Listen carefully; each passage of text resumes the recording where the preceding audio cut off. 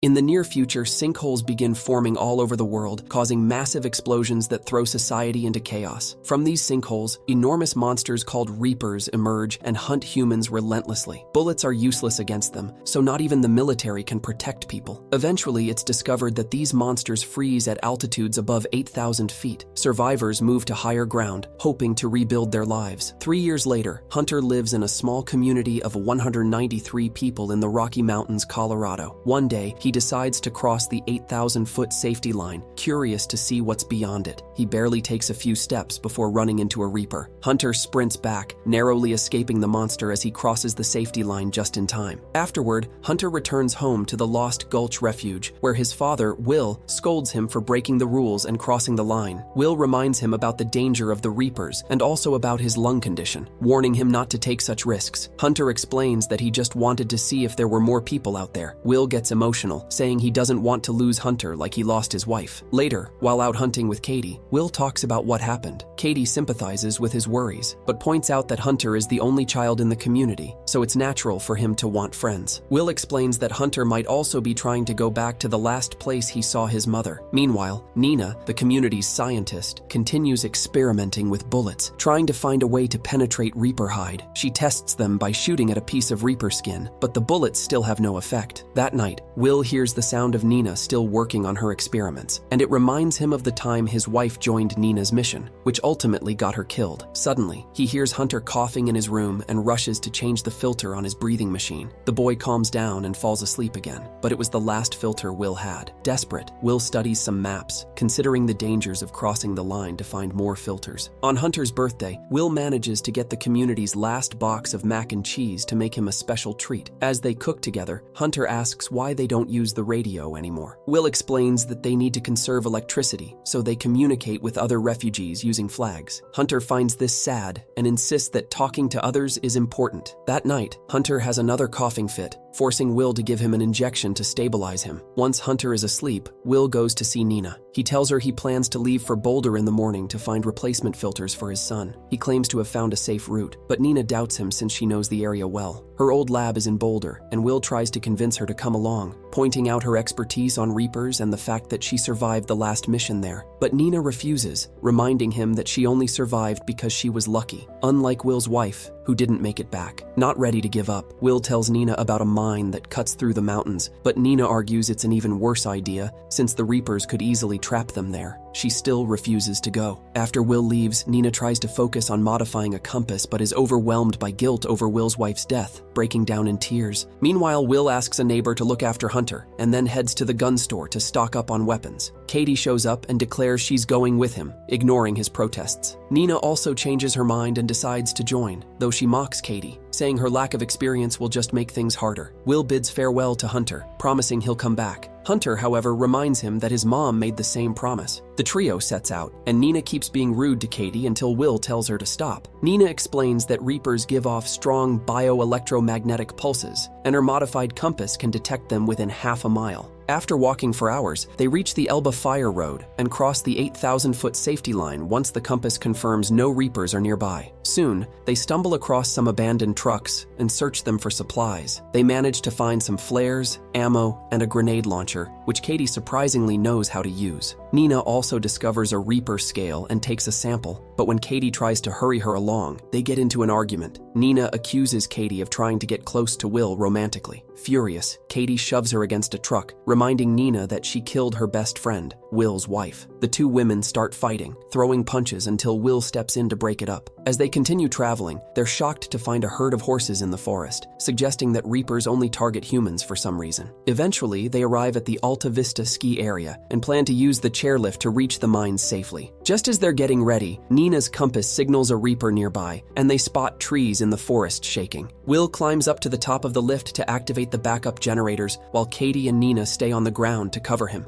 As the Reaper approaches, Katie panics and fires several grenades, but while they cause explosions, they do nothing to harm the monster. Will manages to connect the generator, and Nina turns it on before quickly getting onto a chairlift. Will joins her, and the two begin firing at the Reaper as it moves closer. Meanwhile, Katie starts climbing the tower to reach a chair. The Reaper jumps onto the cables, causing the chairs to shake violently. Will and Nina hold on tight as Katie prepares to jump, but she misses the chair. Will catches her midair, saving her from falling. Just as the Reaper shakes the cables again, Nina runs out of bullets. The cables tremble violently, and all three of them are thrown to the ground. They start running as fast as they can and barely make it across the 8,000-foot safety line before the Reaper can catch them. Since night is falling, the trio decides to stay at the ski resort for the night. Over a shared drink, Nina mentions how the Reapers wiped out 95% of the world's population when they first appeared, and they did it without stopping to eat or rest. Predators usually kill for food, but the Reapers seem to kill humans just for fun while ignoring other animals. This makes her wonder if the creatures were sent specifically to eliminate humanity. After Nina and Katie fall asleep, Will sits alone, remembering the last conversation he had with his wife. She had trusted Nina's expertise to figure out a way to stop the Reapers. The next morning, the group finally reaches the mine where Will used to work. He explains that both ends of the tunnel are above 8,000 feet, but the lower levels go below the safety line. This news doesn't sit well with the group.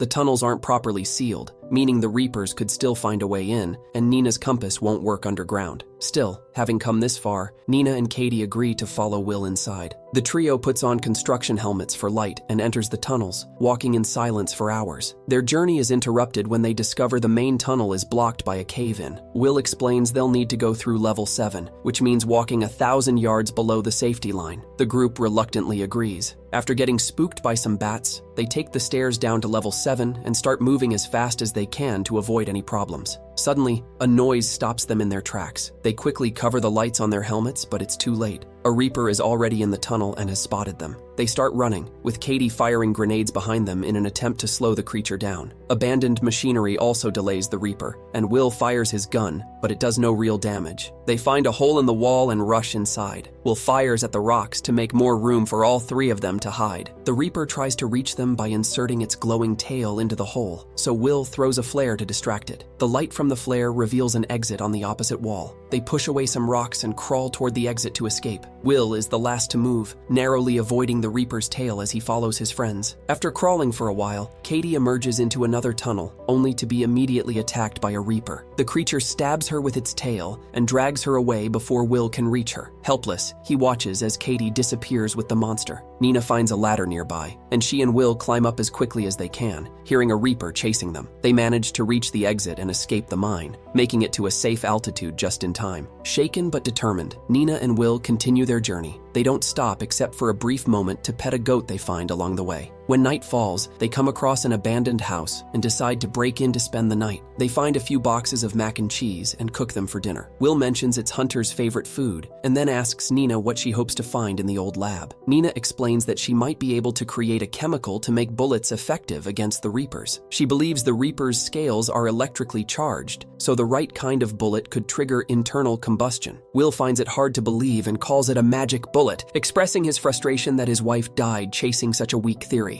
The next day, they take the truck from the house and cross the 8,000-foot line as quickly as possible, driving through a town overrun with animals. Eventually, they reach the hospital and begin searching for air filters while hearing strange noises. However, the compass doesn't show any nearby threats. They have to climb to the top floor to find the filters, and as soon as they grab them, they start rushing to get out. Suddenly, a Reaper bursts through a wall, forcing them to move fast to dodge its massive claws. They struggle through a maze of furniture and debris as the creature destroys walls and windows, sending chunks of the building crashing down around them. At one point, the Reaper's tail smashes through a wall and grabs Will. Nina quickly grabs a fire axe and attacks the tail until the monster lets him go. Thinking quickly, Nina opens a gas canister, filling the hallway with fog to give them some cover. Will comes up with an idea and waits for the Reaper to get close. When it does, he shoots at a cluster of oxygen tanks, creating a massive explosion that sends the Reaper flying through a window. The creature lies motionless outside, but they're not sure if it's dead or just unconscious, so they know they need to keep moving. Will suggests they go back now that they have the filters, but Nina convinces him to help her reach the lab so she can finish her work on the bullets. Reluctantly, Will agrees, and they drive off in the truck. Unbeknownst to them, the Reaper wakes up moments later. When they arrive at the lab, Nina starts mixing chemicals while Will keeps an eye out. As he walks around, he spots a picture on one of the desks and is shocked to see it's of Nina with her family. Nina begins crying as she explains that on the day everything fell apart, she was at work and wasn't with her family. She feels guilty because her son had a soccer game that day, but she chose not to attend. Nina also admits she blames herself for the death of Will's wife. Will assures her that it wasn't her fault and she shouldn't carry the blame. Finally, Nina finishes crafting her bullet and tests it on a piece of Reaper hide, but it doesn't work. Frustrated and heartbroken, she tells Will to go back to his son while she stays behind to keep experimenting. She says she'll stay until she either finds a solution or the Reapers get her. Will drives off in the truck, leaving Nina to continue her work. She tries another bullet formula, but it fails too. As she becomes increasingly distracted, she doesn't notice her compass picking up a Reaper's signal. Just then, she hears a noise and realizes she hasn't tried one last chemical combination. She quickly begins mixing it, clinging to the hope that this time it will work. Meanwhile, the truck blows a tire and flips onto its side. Will is knocked out for a moment, but regains consciousness when he hears a Reaper approaching. He kicks out the truck window to escape and starts running as the monster chases after him. Climbing the hill is exhausting after the crash, and just as he's about to reach the safety line, a second Reaper appears, blocking his path. Desperate, Will fires his gun, but it has no effect, and he starts to lose hope.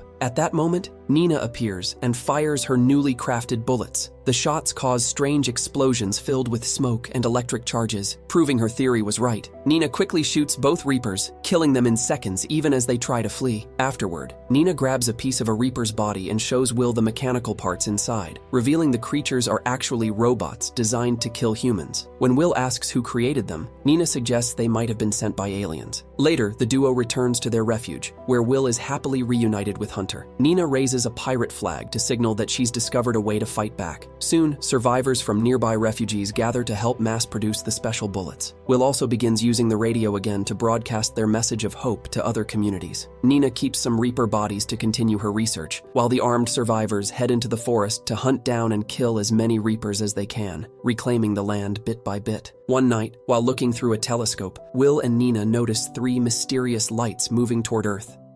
Don't forget to subscribe. Here's some more interesting story you don't want to miss.